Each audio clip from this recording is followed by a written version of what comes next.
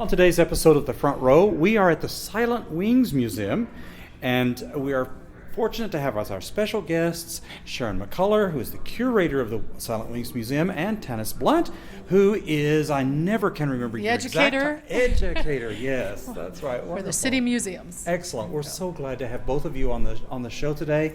This is one of my favorite places, and you have a new exhibit, and you have a special day coming up. We want to cover all of that. So thank you for seeing me and making time. I appreciate it. Well, thank you.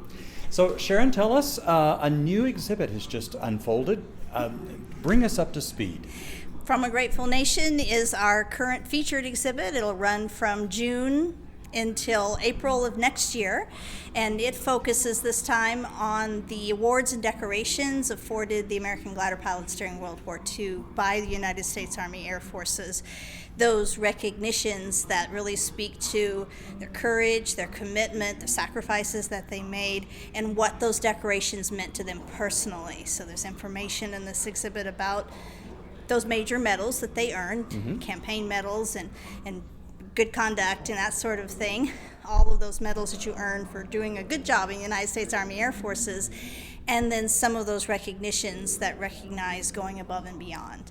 Air Medal and Distinguished Flying Cross, Silver Star and Bronze Star, and what that means to the American glider pilot and his experience. Part of the exhibit also steps back and talks about the G-Wings that they earn and what those G-Wings meant to them in terms of their unique service, and some of the nitty-gritty of the decorations themselves, what those devices mean, what a bronze arrowhead means, what does the bronze oak leaf cluster mean, that sort of thing. Right. So. Great. Well, so war is inherently dangerous, and flying would be dangerous too, but then what you have here with the Silent Wings and the gliders is probably the most dangerous of all. My goodness. Right. Yes. So I'm sure there were a lot of medals and a lot of things awarded, correct? Yeah. The Air Medal in particular was something that was afforded someone for meritorious conduct in flight or action in flight. And so there were a lot of aviators and even crew members of aircraft that earned the Air Medal during World War II. There are certain criteria for the Air Medal. At one point, 25 bombing runs earned you one Air Medal for that accomplishment. For the glider pilots, from the very beginning, it was one flight into a combat zone is an Air Medal every single time. So they earned that Air Medal for a one-off accomplishment. Right. Because of the danger, because of the one-way trip into the combat zone, and the specialized skills that it took to do that. Right. Yeah. My goodness. Well, tell me about the exhibit. Tell me where the materials came from and how you assembled them into the exhibit that we see today. The research for exhibits happens over a couple years, and they all kind of come together and then become exhibits at some point when it's crunch time to put it together. Every artifact in this exhibit came from the glider pilots themselves. These are insignia they wore. These are decorations that they earned and wore. Some of them are kind of faded because they wore them to every VFW meeting, to every parade, every recognition. So every artifact that you see in this exhibit and in the Silent Wings Museum are things that are uniquely special to the stories of those glider pilots. There are 3 glider wings that have inscriptions on the back of them that the glider pilots literally scratched in the back his wife's name. Oh my. Because that's what he wanted on the back of his G-Wings. Right. Because if anybody was going to be right there next to his heart, it was going to be her. Gracious, my goodness. Well, let's go join Tanis. She's over here looking at actually these custom G-Wings, and this is something profound to look at, right? It really is. Seeing all the custom G-Wings as well as the variety and the designs. We've had several groups in of children with their summer camps already, and this is the case that the children gravitate towards.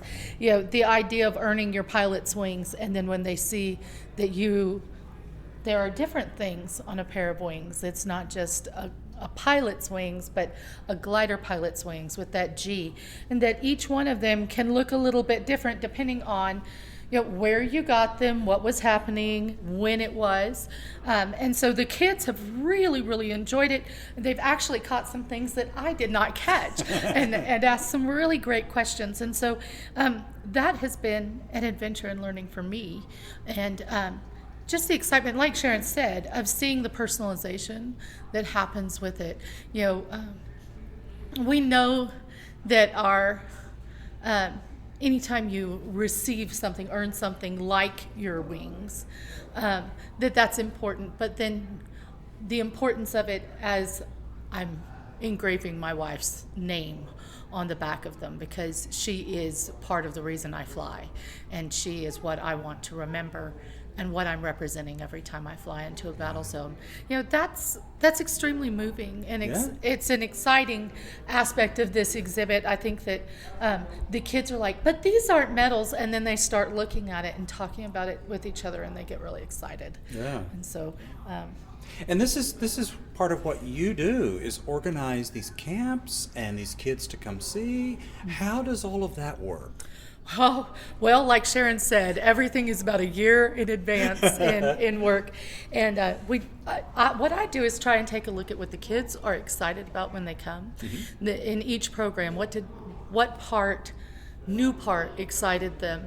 And so this year, for our summer training camp in July, we'll be talking about all of the different training that our glider pilots had as they were going into the program. So we're going to do some engineering, we're going to work with meteorology, we're going to learn about basic military life and walking with a cadence. What does an MRE taste like?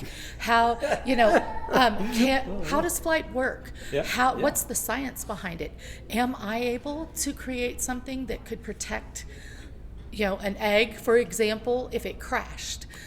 Things like that. And so as I plan and work with my team, we take Sharon's ideas and then take the interest of the children that we've had in the year before and kind of structure everything around that to make sure that we're exciting children's imagination towards what is the future of flight, where have we been, so where can we go because we've been there. And so our programs in the education field are pretty much geared around that. Where have we been? We have to know where we've been so that we can know where we're going and how to get there.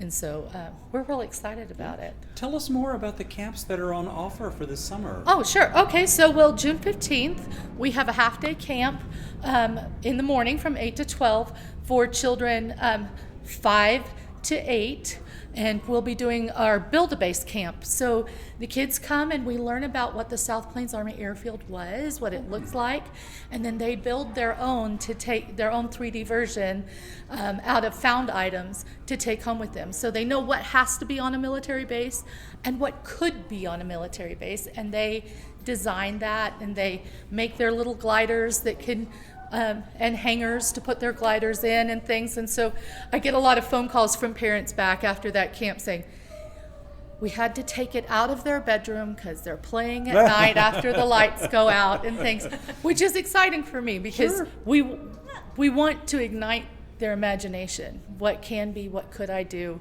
and things. And so that camp really does that. And then in July 13th through the 17th, for kids 8 to 12, we're doing that summer training camp. So learn some things that the glider pilots would have learned in their training, practice some science and mathematics, basic engineering, meteorology, and KLBK and some of our meteorologists from around the area are going to come in and talk to the kids. And we're going to talk about being prepared in emergency weather situations. We're going to learn a little bit about first aid and how to help our friends if our friends get hurt and things. And so we're really, that's a week-long camp. And again, it's just the morning from 8 to 12, each Monday through Friday that week. But what we find is that the kids have a new appreciation for our military and what they do. They have an excitement about the different ways that the things they're interested in and the subjects they're interested in cross over with that military life. And then the excitement about flight, building and creating and things like that. Well, what kid doesn't totally go for that? Yeah, well, it's a lot of fun. My dad and I were recently talking about it, and he's an old military guy, and he said, "Can I come?" I was like, "I just want to sit in." And I said, yeah, "I'm sorry, but you'd have to be vetted by the city." And things. We don't let adults come to that. For kids and adults, Sharon McCullar, tell us the details about the exhibit that's on. When can people come? It's actually in progress now, right? Yes, yeah, it's included in your admission to the Silent Wings Museum. There's no extra fee or anything to see this special exhibit.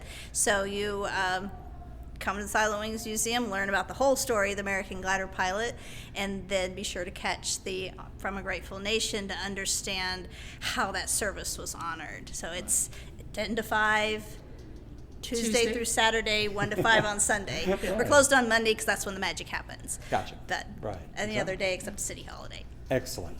Well, and then the other thing that we really want to talk about today, D-Day is coming up, and y'all always have a big celebration and ceremony for that. Give us, please, all the details.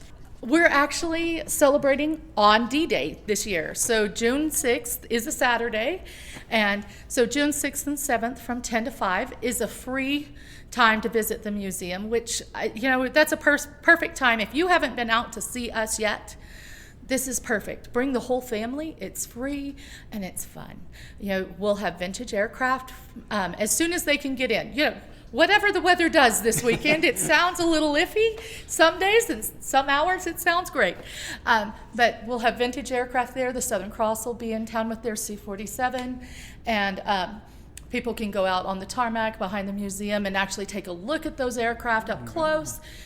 Inside, we'll have living history participants doing different presentations. One discussing weaponry of the American glider pilot, another how to pack his musset bag, the bag he would have taken with him on his missions. What do I put in it? Things like that. At 2 times during the day, Sharon will be doing a specialty tour through the museum and then specifically talking about this From a Grateful Nation. There'll be fun to be had outside with food trucks and a brand new selfie station. Right. And then inside we'll have our children's area with different things for the kids to make and learn. And so should be a pretty bustling weekend. The schedule is the same for both days at 11 o'clock. We'll kick off with our national anthem each day and then watch Eisenhower deliver his letter to the troops. Anyone who's flying into Normandy, anyone who's going into Normandy at all, that weekend would have received either the letter or someone would deliver it to them. And so we like to make sure that everybody hears that's here. The things that's of course, the Silent Wings Museum is, we're drilling down to those 500 gliders, those 1,026 glider pilots who are going into Normandy a couple hours before the seaborne forces hit the beaches. And so they're going into landing zones 5 miles inland into enemy territory, trying to get in where they need to be, take some bridges, take some crossroads, and secure some territory to make that seaborne invasion successful. Right. And so as we're doing our presentations and talking about it in general during the event this weekend, I'm going to think about them a little too much maybe sometimes, but I'm thinking about those 1,026 men who made it happen, whether they were scared or not. Right. And during that presentation that I'll be doing twice on Saturday and Sunday, I'll be talking about a particular recognition that the glider pilots received that is over and above what we're talking about in the exhibit itself, but a special recognition that they earned with their lives, most of them, a good number of them. We hear so much about the invasion in our history classes, and we know how important it is. But we don't hear about the tip of the spear who's going to break that line, get things set up those important stations with supplies, getting everything ready for our soldiers as they come in and do that huge push. Right. And that particular part of the story is one that is pretty quiet. And in a military situation, you want it to be quiet. You don't want to talk about you're those not gonna guys. advertise. No, right? exactly, right. But a lot of times they then become forgotten because you remember these massive forces. But 1,000 guys isn't that many. Right. To go through and do that. And not only are they doing that, but they're not going to be, the Germans aren't going to be unaware that we're coming. Right. You know, they are going to be flying in. They are going to take that flag. They're going to be pressing through. Right. And, you know, as Sharon was talking about it earlier this morning, you know, we did not have a choice. Our guys did not have the choice to drift a little off course, to take a detour and land somewhere else. We had to be precise. Our guys needed to land exactly where they were asked to land and set up where they were asked to set up. And they're going to do that. And they will do it almost perfectly, 500 times. Wow. And the second glider into Normandy was carrying a medical team that if that medical team was not landed where it needed to be, that aid station wouldn't be set up and that aid would not be rendered in the hours to come. Right. So like just think about the precision critical. that was involved. Yeah, absolutely. And as a supply officer's daughter, you know, so often those guys don't get mentioned, and so it's always exciting to me when we're able to really show people and talk to people about how important the mission of these guys was and how dangerous it was, and the fact that a lot of these guys, they won't do it once. No. They'll do it 2 or 3 or more times. A few of them flew in on the 6th or the 7th and then did it again on the 10th or the 13th for another mission. It means they had to get back to their air base and then get back in a CG-4A glider and fly back into hell. From behind enemy lines. Ooh, gracious. Yeah, and the second mission was in the thick of the fighting, opening up an airstrip. Right. And so, you know, D-Day is always so exciting because we get to tell a story. Yeah, we often get questions about movies and things that are done, and our story often, if there's even a side note, we're doing really well. And so to have this celebration here, to be able to share our guys' stories with people and not let that be forgotten is just so vital. And it's really exciting to see the way families get excited about it, are inspired by it. You know, we've had several kids come back from our camps and that have been a part of our camps and our D-Days in the past, and they're coming back in uniform. And that is super exciting to see. And, you know, talking about, I learned to walk in a cadence here. I know how important the military is because in Lubbock, Texas, there's a Silent Wings Museum, and this is what those guys did. And that, being a part of that, and I think D-Day for our community is really that. That's a day where our community comes out in force and really sees the museum, where sometimes they don't. We get busy with soccer games and everything else that happens, right? But D-Day gives us that opportunity to reach our community and remind them of the history that Lubbock, Texas plays and has. You know, that this is a vital part of United States military history, and we were an important part of that. Yeah. Lubbock was an important part of that. And, you know, when these glider pilots talk about that experience, they remember the people here in this community, and they're so thankful for them. So tell us again the details about the D-Day ceremonies that you will have. We'll be doing the same thing on both days. We'll have a national anthem at 11 a.m. On Saturday, we're hoping that the aircraft will be here by 10, but you never know. But we'll have the national anthem at 11 a.m., and then Eisenhower's Dress to the Troops will be played right after that. And then we'll jump into the D-Day moments experiences and the living history demonstrations that are going to happen at certain points in the morning and afternoon. And then we'll do it again on Sunday. Wonderful. Wonderful. Sharon McCullar is the curator of the Silent Wings Museum. Tanis Blount is the education director for the City of Lubbock Museums. Is that right? Yes, sir. Yes, sir. Right. That's it. Finally got that right. Thank you both so much for being our guests on the front row today. Thank you, Clint.